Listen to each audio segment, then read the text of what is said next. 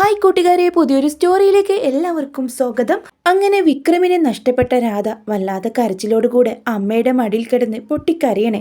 എൻ്റെ മോളെ, നീ എന്താ കരുതി? ഇതുപോലെ തന്നെയാണ് ജീവിതം.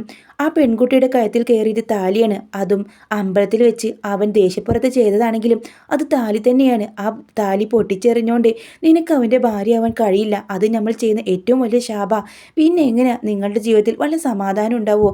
ഇനി ഒരു പക്ഷേ വിക്രം നിന്റെ കഴുത്തിൽ താലി കെട്ടിയാലും അവൻ്റെ മനസ്സിൽ എന്നും ആദ്യം താലി കെട്ടിയവൾ തന്നെയായിരിക്കും.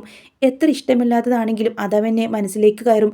അതുകൊണ്ട് നിങ്ങളുടെ ജീവിതത്തിൽ ഒരു സമാധാനം ഉണ്ടാവില്ലെന്ന് രാധയെ പറഞ്ഞ് മനസ്സിലാക്കാണ്.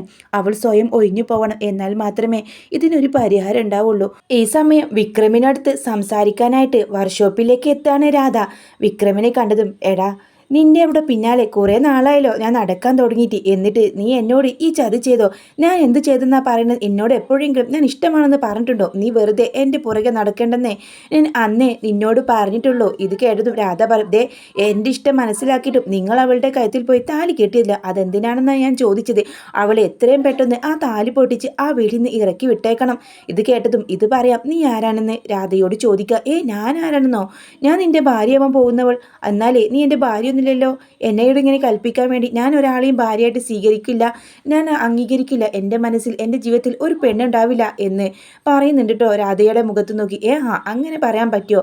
അവളെ മേനാൽക്ക് ആ വീട്ടിൽ നിന്ന് ഇറക്കി വിട്ടോ, അല്ലെങ്കിൽ നീ രാധയെ ശരിക്കറി. പിന്നെ ഈ രാധയെ ജീവനോടെ ഉണ്ടാവില്ല. നാളെ ഒരു ദിവസം നിനക്ക് സമയം തരും.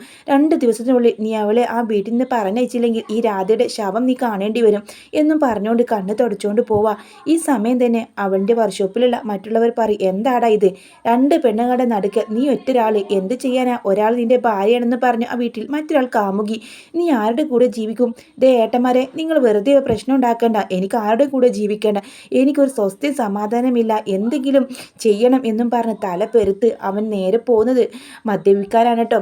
അങ്ങനെ 2 പെഗെല്ലാം അടിച്ച് അവർ നല്ല ഫിറ്റായിട്ടാണ് അന്ന് രാത്രി ഏറെ വൈകിയാണ് അവൻ വീട്ടിലേക്ക് എത്തുന്നത്. എടി മൂദേവി, നീ എവിടെയടി? ഇറങ്ങിപ്പോടി എൻ്റെ വീട്ടിൽ നിന്ന്. ആടിയാടെ ശബ്ദത്തിൽ, കുഴഞ്ഞ ശബ്ദത്തിൽ പറയാണ്. എല്ലാവരും ഉറങ്ങിയിട്ടുണ്ടാവും. ഈ സമയം വേദ ഹാളിലാണല്ലോ. അവൾ പുറത്തേക്ക് വരുമ്പോൾ വിക്രം കുഴഞ്ഞ ശബ്ദത്തിൽ അവൾക്ക് നേരെ വിരൽ ചൂണ്ടിക്കൊണ്ട് പറയും, എടി വേതാളമേ, എടി നിന്നോടനെ, വിക്രമാദിത്യൻ്റെ തോളിൽ കയറിയിരിക്കുന്ന വേതാളമേ, നീ വീട്ടിൽ നിന്ന് ഇറങ്ങിപ്പോയിക്കോ. നീ എന്നാണോ ഈ വീട്ടിലേക്ക് വന്ന് അന്ന് മുതൽ എൻ്റെ മനസമാധാനം പോയി. നാവ് കുഴഞ്ഞു പോയിക്കൊണ്ടാണ് പറയുന്നത്. നെല്ലം പോലെ നിൽക്കാൻ പോലും വയ്യാത്തൊരവസ്ഥയിലാട്ടോ വിക്രം. പെട്ടെന്ന് വിക്രം വീഴാൻ പോകുമ്പോൾ അയ്യോ എന്നും പറഞ്ഞുകൊണ്ട് വേദ അവനെ പിടിക്കാൻ ശ്രമിക്കുന്നുണ്ട്. എടി തൊടരുത്, എന്നെ തൊടരുതാ നിന്നോട് പറഞ്ഞത്. നീ എന്തിനാടി എന്നെ പിടിക്കാൻ വന്നത് എന്നും ചോദിച്ചുകൊണ്ട് അവൻ തള്ളി മാറ്റാം. പെട്ടെന്ന് തന്നെ വിക്രം താഴേക്ക് വീഴുന്നുണ്ട്. വേദയും അവൻ്റെ കൂടെ വീഴുന്നുണ്ട്. 2 പേരും കൂടെ. വേദ അവനെ എങ്ങനെയൊക്കെയോ എണീക്കുന്നുണ്ട്. നിങ്ങൾ നന്നായിട്ട് മദ്യപിച്ചിട്ടുണ്ടല്ലോ. അച്ഛൻ കേട്ടാൽ ഇത് മതിയാവും. അച്ഛൻ കേൾക്കട്ടടി, ആ മാഷിനെ അങ്ങ് വിളിക്ക്. വലിയ അധ്യാപകനല്ലേ. എന്നിട്ട് ഒരാളെ ഈ വീട്ടിൽ നിന്ന് ഇറക്കി വിടാൻ ആ അച്ഛന് പറ്റിയില്ലല്ലോ എന്നും ചോദിക്കാനുണ്ടോ. നിങ്ങളൊന്ന് പതുക്കെ പറയുന്നുണ്ടോ? നിങ്ങൾ എന്തിനാ ഇപ്പം മദ്യപിച്ച്? അത് ചോദിക്കാൻ നീ ആരടി? നീ വലിയ ഭാര്യയാണെന്ന് പറഞ്ഞ് ഇവിടെ കയറിയിരിക്കുന്നുണ്ടല്ലോ. ആ സ്ഥാനമൊന്നും ഞാൻ ഒരിക്കലും നിനക്ക് തരുന്നില്ല. ഇത് കേട്ടതും വേദ പറയും, അയ്യ, നാട്ടിൻ കൊണ്ട് വേദ ഇങ്ങനെ മുക്കൊക്കെ ചുളിക്കുന്നുണ്ട് കേട്ടോ.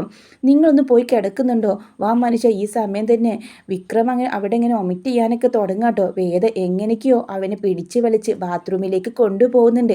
എന്നിട്ട് അവൻ്റെ തലവഴി വെള്ളം ഒഴിക്കാണ്. ഈ സമയം ഒരു അനുസരണയുള്ള കുഞ്ഞിനെ പോലെ തന്നെ വേദയുടെ അടുത്തിങ്ങനെ വേദയുടെ ഉടുപ്പിലൂടെ കെട്ടിപ്പിടിച്ച് അവനിങ്ങനെ ഒരു സ്റ്റൂളിൽ ഇരിക്കായിരിക്കും. എടി വേതാളമേ, നിന്നെ എനിക്ക് ഇഷ്ടമൊക്കെ തന്നെയാണ്. നിന്നെ ഇഷ്ടമുള്ളത് കൊണ്ടാണടി ഞാൻ നിന്നോട് പറയുന്നത്. നീ വേണ്ടെന്ന്. നിന്നോട് തിരികെ പോകാൻ വേണ്ടി നിനക്ക് നല്ലൊരു ഭാവിയുണ്ട്. ഈ തെമ്മാടി വിക്രമിൻ്റെ കൂടെ നടന്ന് ആ ഭാവി അങ്ങ് ഇല്ലാതാക്കേണ്ട എന്ന് കുഴഞ്ഞ ശബ്ദത്തിൽ വീണ്ടും അവൻ പറയാണ്. അവൻ്റെ ഉള്ളിലേക്ക് മദ്യം കയറി ചെന്നതും അവൻ്റെ ഉള്ളിലെ സത്യങ്ങൾ പുറത്തേക്ക് ചാടുന്നുണ്ട്. ഈ വിക്രം ഇങ്ങനെയൊക്കെ ആയതിൻ്റെ പിന്നിൽ വലിയൊരു രഹസ്യമുണ്ടടി. എന്നെ എല്ലാവരും കൂടെ കള്ളനാക്കി എന്ന് കുഴഞ്ഞ ശബ്ദത്തിൽ പറയുമ്പോൾ അവൾക്ക് വല്ലാതെ എന്തോ ഒരു അപകടം തോന്നാൻ കേട്ടോ. എന്തൊക്കെയോ സംഭവിച്ചിട്ടുണ്ട് വിക്രമിൻ്റെ ജീവിതത്തിൽ എന്ന് അവൾക്ക് മനസ്സിലാവണം. വീണ്ടും അവളോട് പറയുന്നുണ്ട്, വേതാളമേ, നീ ഒഴിഞ്ഞു പോയിക്കോ. എൻ്റെ കൂടെ കൂടിയാൽ നിൻ്റെ ജീവിതം നശിക്കും. ഈ വിക്രമൻ ഇങ്ങനെ ഒടുങ്ങേണ്ടതാണ്, കവലയിൽ ഒടുങ്ങേണ്ടവനാണ്. എൻ്റെ അച്ഛൻ പറഞ്ഞ പോലെ തന്നെ. അതുകൊണ്ട് നീ എൻ്റെ കൂടെ നിൽക്കേണ്ട. നിന്നോടുള്ള ഒരുപാട് ഇഷ്ടം കൊണ്ടാണ് ഞാൻ പറയുന്നത്. നീ നല്ലതുപോലെ ജീവിക്കാൻ ആഗ്രഹമുള്ളതുകൊണ്ടാണ്. അന്ന് അബദ്ധത്തിൽ ദേഷ്യത്തിൽ തന്നെ സംഭവിച്ചു പോയതാണ് ആ താലി നിന്റെ കഴുത്തിൽ വീണത്. നീ അത് പൊട്ടിച്ചെറിഞ്ഞ് മറ്റൊരാളെ വിവാഹം കഴിക്കുമെന്നാണല്ലോ ഞാൻ കരുതിയത്. പക്ഷേ നീ എൻ്റെ വീട്ടിലേക്ക് വന്നു. വീണ്ടും വീണ്ടും അവൻ അത് തന്നെ പറഞ്ഞുകൊണ്ടിരിക്കുക. വേതാളമേ, നിന്നെ എനിക്ക് ഇഷ്ടമാണടി. ഇത് മാത്രം ഇങ്ങനെ പറയുമ്പോൾ അവൻ്റെ തലവഴി വെള്ളം ഒഴിച്ചുകൊണ്ട് നന്നായിട്ട് തന്നെ തുവർത്തി കൊടുക്കുകയാണ് വേദ. എന്നിട്ട് ഒരു വിധത്തിൽ അവനെ ഡ്രസ്സെല്ലാം ചേഞ്ച് ചെയ്തിട്ട് അവൻ്റെ കടലിൽ കിടത്തുന്നുണ്ട് കേട്ടോ. ഒരു നിമിഷം അവനെ ഒന്ന് നോക്കിയിട്ട് വാതിലടച്ചുകൊണ്ട് വേദ തിരികെ ഹാളിലേക്ക് തന്നെ വരുന്നുണ്ട്. അപ്പോഴും അവളുടെ മനസ്സിലേക്ക് അവൻ ആ കുഴഞ്ഞ ശബ്ദത്തിൽ അവളോട് പറഞ്ഞ ആ വാക്കുകളായിരുന്നു. വേതാളമേ, നിന്നെനിക്ക് ഒരുപാട് ഇഷ്ടമാണ്. നീ നന്നായിട്ട് ജീവിക്കാനാണ് ഞാൻ ആഗ്രഹിക്കുന്നത്. നീ നല്ല ലെവലിൽ ജീവിക്കുന്നത് ഞാൻ കാണണം. അതിനു വേണ്ടി മാത്രമാണ് നിന്നോട് ഇവിടെ നിന്ന് പോവാൻ പറഞ്ഞത്. ആ വാക്കുകൾ അവൾക്ക് വീണ്ടും വീണ്ടും ഓർമ്മയിലേക്ക് വരാൻ കേട്ടോ. അപ്പോൾ അദ്ദേഹത്തിൻ്റെ മനസ്സിൽ ഞാനുണ്ട്. ഒരു പക്ഷേ എന്നെ സ്നേഹിക്കും. ഇപ്പോൾ ഞാൻ നന്നായിരിക്കണമെന്ന് ആ ആഗ്രഹം മാത്രം മതി. ഈ ജീവിതകാലം മുഴുവൻ അയാളുടെ മനസ്സ് മാറാൻ വേണ്ടി കാത്തിരിക്കാനെന്ന് വേദക്ക് തന്നെ തോന്നി തുടങ്ങാണ്.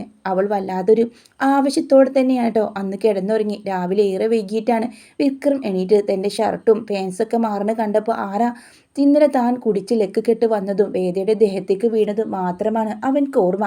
പിന്നെ എന്താണ് സംഭവിച്ചതെന്ന് അറിയില്ല. ആരാണ് തനിക്ക് ഡ്രസ്സെല്ലാം മാറ്റി തന്നത്? രാവിലെ അമ്മയോട് ചോദിക്കുന്നുണ്ട്. അമ്മ, ഇന്നലെ ഞാൻ വന്നത് അറിഞ്ഞോ? എന്താ മോനെ, നീ നേരത്തെ വന്നില്ല? ഇല്ല.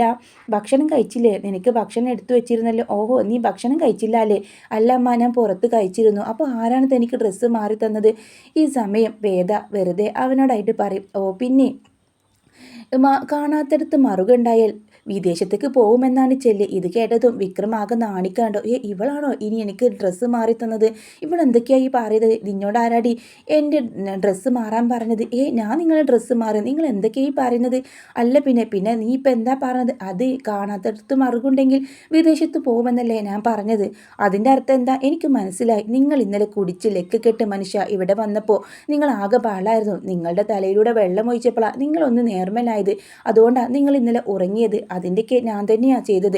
എന്താ നിങ്ങൾക്ക് വേണ്ടെന്ന് തോന്നുന്നുണ്ടെങ്കിൽ വീണ്ടും അവിടെ പോയിരുന്ന് വെള്ളം ഒഴിക്കേണ്ട അങ്ങനെ എന്തെങ്കിലും ചിന്തയുണ്ടോ എന്ന് ചോദിക്കുമ്പോൾ, എടി നിന്നോടാരടി എന്നെ ദേഹത്ത് തൊടാൻ പറഞ്ഞത്? എന്നെ കുളിപ്പിക്കാൻ ആരടി പറഞ്ഞതെന്ന് ചോദിച്ച് വീണ്ടും വിക്രം ദേഷ്യപ്പെടാട്ടോ. പിന്നെ നിങ്ങൾ ഇന്നലെ മദ്യച്ചപ്പോൾ ഒരു കാര്യം കൂടെ എന്നോട് പറഞ്ഞു. അത് ഞാൻ എല്ലാവരോടും പറയണ്ട എങ്കിൽ മിണ്ടാണ് അവിടെ ഇരുന്നു. എന്ത് കാര്യം ഞാൻ നിന്നോട് പറഞ്ഞത്? മദ്യപിച്ചാൽ നിങ്ങളുടെ ഉള്ളിലുള്ള സത്യങ്ങളെല്ലാം പുറത്തു വരുമല്ലേ? അതുകൊണ്ട് ഇടയ്ക്കൊക്കെ മദ്യപിച്ചോളൂ. ഇങ്ങനെ പല കള്ളത്തരങ്ങളും എനിക്ക് കണ്ടുപിടിക്കാൻ പറ്റുമല്ലോ എന്ന് വേദ പറയുമ്പോൾ അവൻ ദേഷ്യത്തോടെ തന്നെ അവളോട് ഒന്ന് പോയിക്കോ എൻ്റെ മുമ്പിൽ നിന്ന്. അപ്പോഴേക്കും മാഷി എന്താ ഇവിടെ ഒരു ബഹളം എന്ന് ചോദിച്ച് വരാട്ടോ. അപ്പോൾ പിന്നെ വിക്രമനും മിണ്ടുന്നില്ല, വേദയും പെട്ടെന്ന് മിണ്ടാതിരിക്കാനേ. കുട്ടി, നിന്നോട് പറഞ്ഞു കേട്ടല്ലോ, ഇവൻ്റെ കൂടെ നടന്ന് വെറുതെ ജീവിതം പാഴാക്കേണ്ട. നിൻ്റെ വീട്ടിലേക്ക് തിരികെ പോയിക്കോ. നിന്നെ നിർബന്ധിക്കൊന്നുമില്ല. പക്ഷേ നിനക്ക് ശരിയെന്ന് തോന്നുന്നുണ്ടെങ്കിൽ നീ അതുപോലെ ചെയ്യ് എന്നും പറഞ്ഞ് മാഷി അകത്തേക്ക് കയറിപ്പോവാണ്. വീണ്ടും വേദ അവനെ തന്നെ നോക്കുക. എൻ്റെ ശരി നിങ്ങളാണ്, അതുകൊണ്ട് ഞാൻ പോകുന്നില്ല. നിങ്ങളുടെ അച്ഛനോടൊന്ന് പറഞ്ഞേക്ക് എന്നും പറഞ്ഞുകൊണ്ട് തന്നെ വേദ അവിടെ നിന്ന് പെട്ടെന്ന് തന്നെ പോകുന്നുണ്ട്. എടി എന്നും പറഞ്ഞ് പല്ലിറുമ്മിക്കൊണ്ട് വേദയെ നോക്കിക്കൊണ്ട് വിക്രം നിൽക്കാൻ. ഈ വേതാളം ഒഴിഞ്ഞു പോകുന്ന ലക്ഷണമൊന്നുമില്ല. എന്തായാലും അവിടെ ഇരിക്കട്ടെ, തനിക്ക് താൻ കാണിച്ചു കൊടുക്കാം എന്ന് അവൻ മനസ്സിൽ ചിന്തിക്കാൻ കേട്ടോ. നല്ലൊരു അടിപൊളി കിടിലൻ എപ്പിസോഡ് തന്നെയാണ്. ഇതിൻ്റെ റിമേക്ക് സ്റ്റോറി കണ്ടിട്ടാണ് ഞാൻ ഈ സ്റ്റോറി പറഞ്ഞത്. ഇതുപോലെ അപ്കമിങ് എപ്പിസോഡും റിമേക്ക് സ്റ്റോറിയൊക്കെ കേൾക്കാൻ താല്പര്യമുണ്ടെങ്കിൽ ചാനൽ സബ്സ്ക്രൈബ് ചെയ്തിട്ടൊന്ന് സപ്പോർട്ട് ചെയ്യണേ.